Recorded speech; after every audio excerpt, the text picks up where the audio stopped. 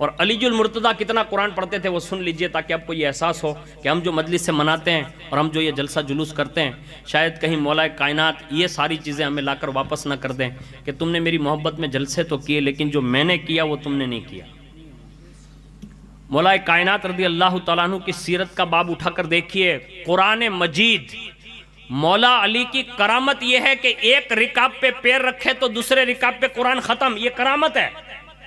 دنیا میں اب کوئی کرامت تو نہیں دکھا سکتا نا، ابھی آپ اتنے سارے لوگ بیٹھے، ہم میں سے کوئی کھڑا ہو کے بول سکتا کہ میں کرامت دکھاؤں گا؟ کوئی نہیں ہے۔ اس کا صاف مطلب ہے کہ ہزاروں لوگوں میں ایک بھی ولی نہیں ہے اس وقت، کرامت نہیں دکھا سکتا وہ، یعنی بظاہر وہ اپنے آپ کو پتہ نہیں، اور بات ہے 40 لوگوں میں جو ولی ہوتا ہے اس سے بھی پتہ اللہ چلنے نہیں دیتا کہ تو ولی ہے، اسے چھپا کر رکھتا ہے۔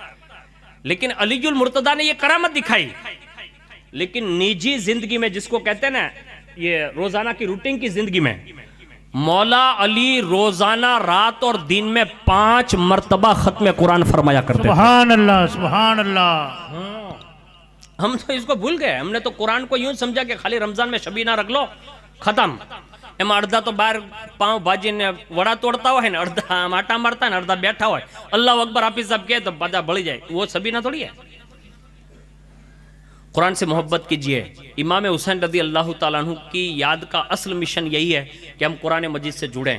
اب دیکھ لیجئے ہمارے اسلاف کو، آپ صدیق اکبر رضی اللہ تعالیٰ عنہ کے بارے میں آپ نے سنا ہوگا، سب سے پہلی ہجرت اگر کسی چیز کی محبت میں فرمائی ہے تو حضرت ابو بکر صدیق نے قرآن کی تلاوت کی محبت میں فرمائی ہے۔ سبحان اللہ۔ یعنی پہلا یہی ہے، فاروق اعظم کے اسلام لانے کا سبب قرآن ہے۔ حضرت عثمان غنی کی شان جو سب سے بڑی بیان کی جاتی ہے وہ یہی کی جاتی ہے کہ آپ جامع القرآن ہیں، اور علی المرتضیٰ کو جو بیان کیا جاتا ہے، آپ کا کما حقہ جو وصف مشہور ہوا وہ بہادری ہے، لیکن سب سے زیادہ علی المرتضیٰ کے پاس کوئی چیز موجود تھی تو وہ علم قرآن موجود تھا۔ سبحان اللہ۔ یعنی علم میں اللہ نے آپ کو یہ مہارت دی تھی، آج ہم اور آپ یہ سب بھول گئے۔ کوشش کیجئے گا، میں کوئی آپ کو تنقید کر کے خالی یہ کہہ کر آپ کے دل دکھانا نہیں چاہتا، اچھے کوشش کریں، تبدیل لائیں اپنے اندر، اپنے معاشرے میں، کہ قرآن پڑھیں۔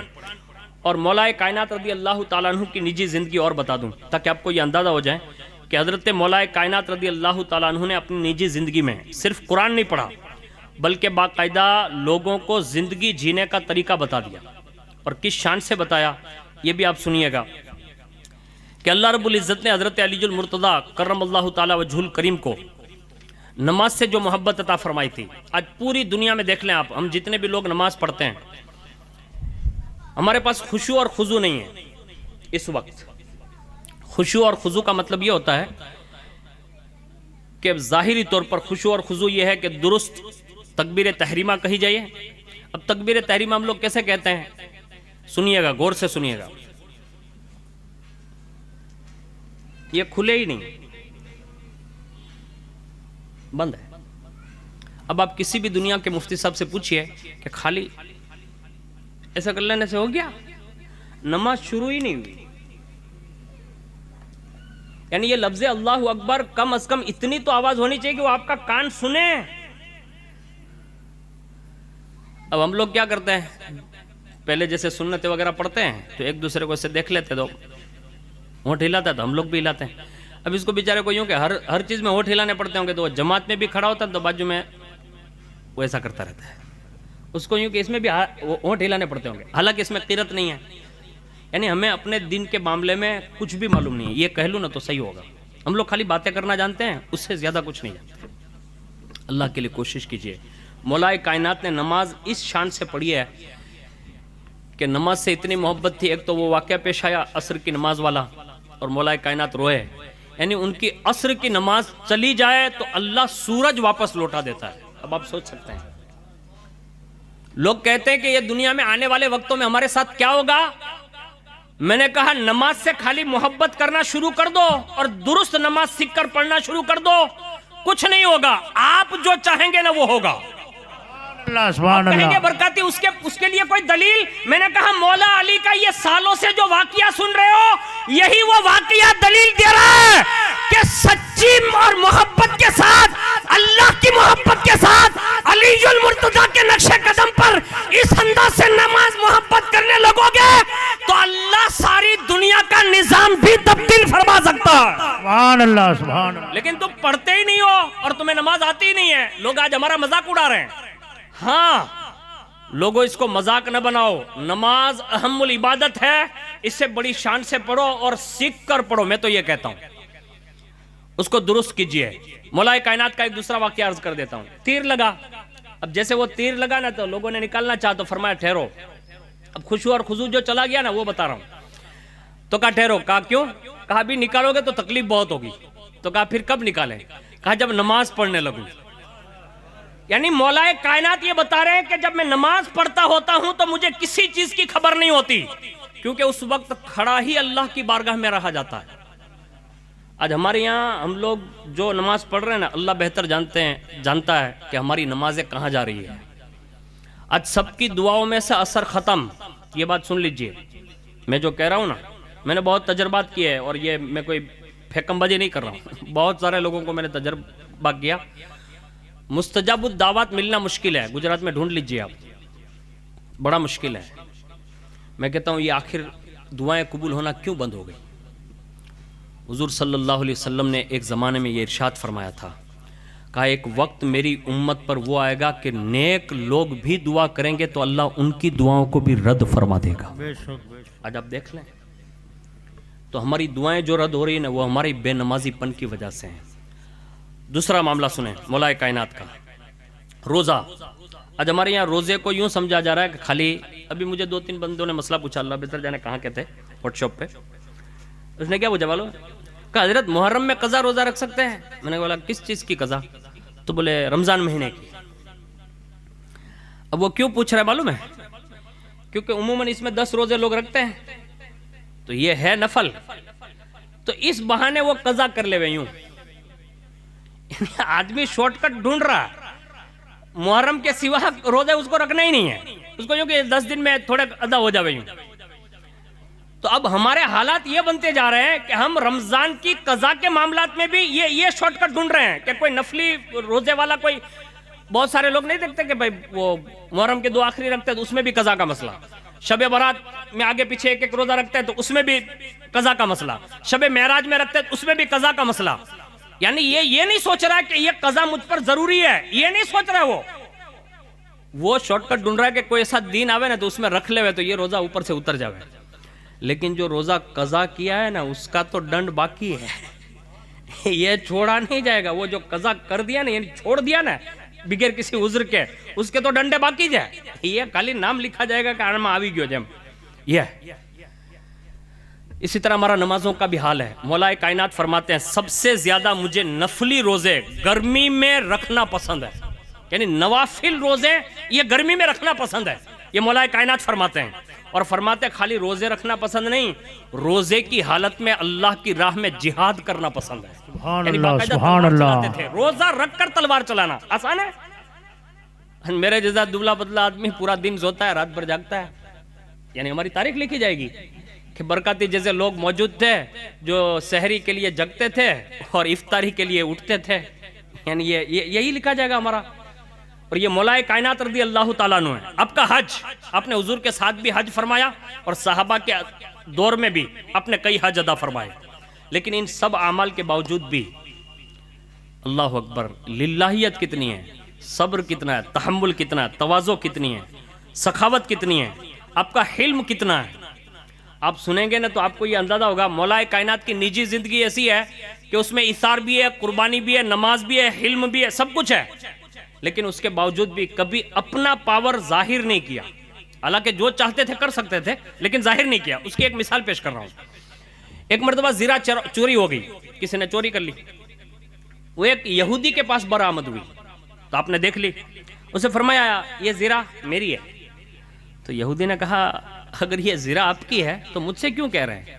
قاضی کے پاس جائیے, دعویٰ دائر کیجیے. مولا کائنات گئے قاضی کے پاس. اب اس زمانے میں جو قاضی بنائے جاتے تھے وہ مولا کائنات کے حکم سے بنائے جاتے تھے, یعنی امیر المؤمنین ہے. تو قاضی شریح اس زمانے میں جو ہے وہ قاضی بنے ہوئے تھے. تو تشریف لے گئے. کہا قاضی صاحب, کہا کیا؟ کہا ایک مقدمہ دائر کرنے آیا ہوں. اب ہے وقت کہ امیر المؤمنین, لیکن دیکھیے ان کا مزاج دیکھیے. کہا ایک مقدمہ دائر کرنے آیا ہوں. کہا حضور فرمائیں. کہا کہ میری زیرہ چوری ہو گئی ہے اور میں نے وہ یہودی کے پاس دیکھی ہے اور میں نے اس سے یہ کہا ہے کہ یہ میری ہے, تو اس نے کہا آپ دعویٰ دائر کر دیں، قاضی صاحب جو فیصلہ کریں گے وہ مان لیں گے. تو حاضر ہوا، کہا ٹھیک ہے حضور. مقدمہ لکھ لیا، اس یہودی کو بلایا، کہا یہ زرا سرکار علی المرتضیٰ کی ہے، فرما رہے ہیں. تو کہا گواہ پیش کریں. تو قاضی شریح ہے علی المرتضیٰ کے ماتحت، لیکن پھر بھی عرض کیا، کہا حضور وہ کہہ رہا ہے دعوے کے لیے 2 گواہ پیش کرنے پڑیں گے، آپ 2 گواہ لے آئے ہیں. اب یہ کسی یہاں کے آدمی کو بولا ہوئے تھا، مارے مانا مارے، ہاں لوگ مارتے ہیں، لیکن واہ علی المرتضیٰ فاتح خیبر ہونے کے باوجود بھی قاضی نے یہ کہا نا کہ حضور 2 گواہ لانے پڑیں گے. تو کہا ٹھیک ہے لا دیتا ہوں. فوراً امام حسن نے پاک کو بلایا، کہا بیٹا آؤ نا وہاں. بلوایا، ایک غلام کو بھیجا، کہا کمبر کو بھی بلا لاؤ، جو خاص غلام تھا اس کو بھی بلا لاؤ. دونوں کو پیش کیا. اب دیکھیے قانون قاضی شرح کا ہے، مولائے کائنات مدعی ہے یعنی دعوے دار ہے، اور سامنے مدعا علیہ ہے. اب یہ مسئلہ کورٹ میں ہے، قاضی کے سامنے. اب قاضی جو فیصلہ کرتا ہے وہ سنیے. اس نے اسی وقت کہا حضور آپ کا دعویٰ میں خارج کر سکتا ہوں، یعنی یہ زرا جو ہے نا وہ آپ کی نہیں ہے، یہ میں کہہ سکتا ہوں. کہا کیسے؟ کہا آپ نے جس کو گواہ کے لیے پیش کیا وہ آپ کا بیٹا اور یہ آپ کا غلام ہے، اور اس کورٹ کے حساب سے یعنی قانون کے حساب سے جو ہماری عدالت ہے، کہا ہاں، کہا اس میں سگے بیٹے اور غلام کی گواہی قبول نہیں کی جاتی. یعنی وہیں خارج کر دیا، وہیں اس نے قلم چلا دی. کہا حضور آپ نے جو گواہ پیش کیے وہ معقول نہیں ہے، آپ جا سکتے ہیں. یہ زیرہ اسی کے پاس رہی. یعنی وقت کے امیر المؤمنین ہونے کے باوجود بھی نہ قاضی شریح سے کچھ کہا نہ یہودی سے کچھ کہا، نکل گئے، ایسے نکل گئے سیدھے کورٹ سے باہر، عدالت سے. اور جیسے عدالت سے باہر نکلے نا تو یہودی نے غور سے علی المرتضیٰ کو ایک نظر دیکھا نا تو علی المرتضیٰ کے چہرے پر کوئی اداسی نہیں ہے، کوئی رنج نہیں ہے، کوئی تکلیف نہیں ہے، بالکل پرسکون ہے. یہودی سوچنے لگا کہ علی المرتضیٰ تو خلیفہ وقت ہے، یعنی اس وقت کے وہ بادشاہ ہے، خلیفہ ہے، امیر المؤمنین ہے، اور قاضی شریح جو ہے یہ تو ان کا قاضی مقرر کردہ ہے، اور اس کے خلاف فیصلہ کیا، دعویٰ بھی خارج کر دیا. پھر بھی ان کو غصہ بھی نہیں آیا، اور ان کا چہرہ تو مطلب ایسے ہی چمک رہا ہے جیسے پہلے چمک رہا ہے. آگے بڑھا اور اس نے کہا حضور قاضی نے آپ کا دعویٰ خارج کر دیا، پھر بھی آپ کے چہرے پہ شکن نہیں آئی. تو کہا یہ مقرر جو کیا ہے نا وہ میں نے ہی کیا ہے، سبحان اللہ سبحان اور اس اللہ کو جو قانون سکھایا نا وہ میں نے ہی سکھایا ہے. سبحان اللہ. میں خالی اپنا دعویٰ لے کر حاضر نہیں ہوا تھا، دیکھ رہا تھا کہ میری موجودگی میں کہیں وہ قانون بدل تو نہیں دیتا، سبحان یعنی اللہ. اپنا بندہ ہے، کہیں مجھے دیکھ کر وہ پھر تو نہیں جاتا. تو یہ قانون سکھانے کے لیے اپنا مقدمہ دائر کیا، ورنہ ایسی زرے تو سینکڑوں میں لے سکتا ہوں، کہیں سے بھی پا سکتا ہوں. لیکن یہ بات باور کرانی تھی کہ کوئی اپنا بڑا بھی ہو تب بھی حق پر ہی فیصلہ کرنا چاہیے. سبحان اللہ سبحان اللہ. آج ہمارے یہاں غریبوں کے لیے الگ قانون ہے، مالدار کے لیے الگ قانون ہے. سماج میں بھی ایسا ہوتا ہے، یعنی ہمارے سماج جتنے چل رہے ہیں نا ابھی، مالدار نو چھوکرو گناہ کرے تو کہ یہ تو فیشن ہے، અને ગરીબનો છોકરો ગુનાહ કરે તો 2-3 ચડાવી દે. અરે મારા ભાઈ આને ઝાપટ મારી લીધી, ઓલાને ઝાપટ મારી હોત તો કે એ ફલાણાનો છોકરો છે ને તો હવે આ ઝાપટ જે તે મારીને એ ન્યા બહુ ભારી પડવાની છે, આ ગરીબના છોકરાને જે મારી લીધું નહીં.